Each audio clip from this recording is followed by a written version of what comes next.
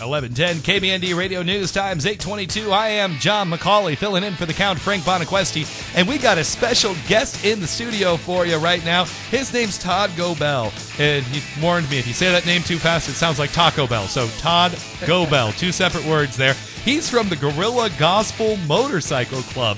Now, if you've never heard of the Gorilla Gosple Motorcycle Club before, well, it is a pretty cool group of people. In fact, instead of me trying to explain it, I'm going to pass it on over to Todd. So, Todd, Gorilla Gosple, what is it?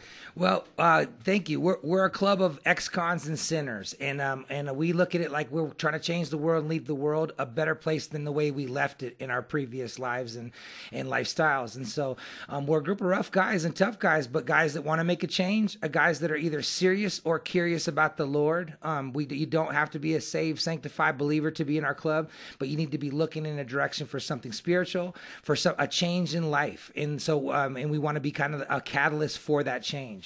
Excellent. So is this a nationwide organization that you're a chapter of, or is this a local independent group? This is actually growing very fast, and our mother chapter is Eugene, Oregon. I'm the president over the whole club as well as the Bend chapter out here.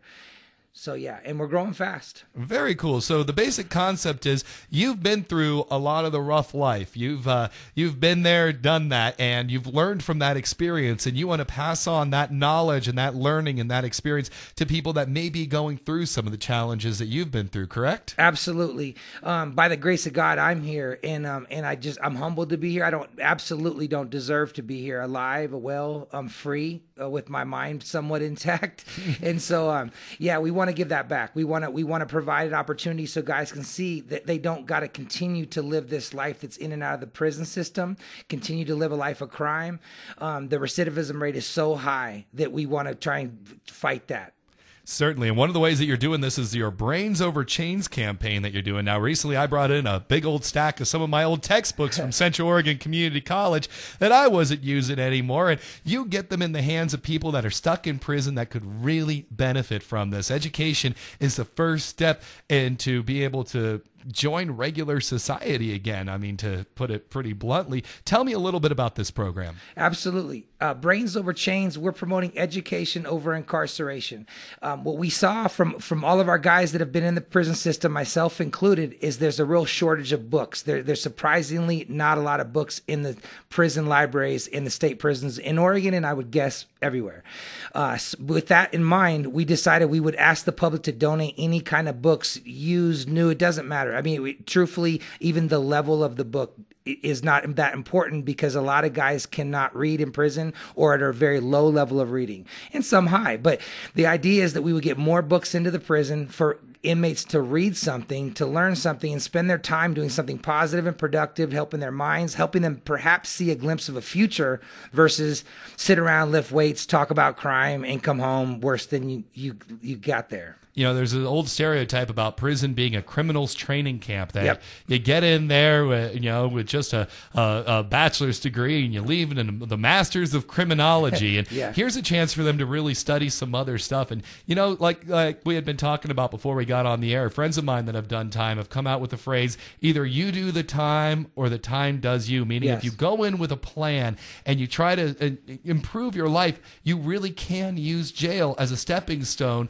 or prison as a stepping stone to really get your life back in order, or it can pull you down even more. Absolutely. That's absolutely correct. And unfortunately, what we see with recidivism rates is that we got guys that are just going through that revolving door back and forth to prison.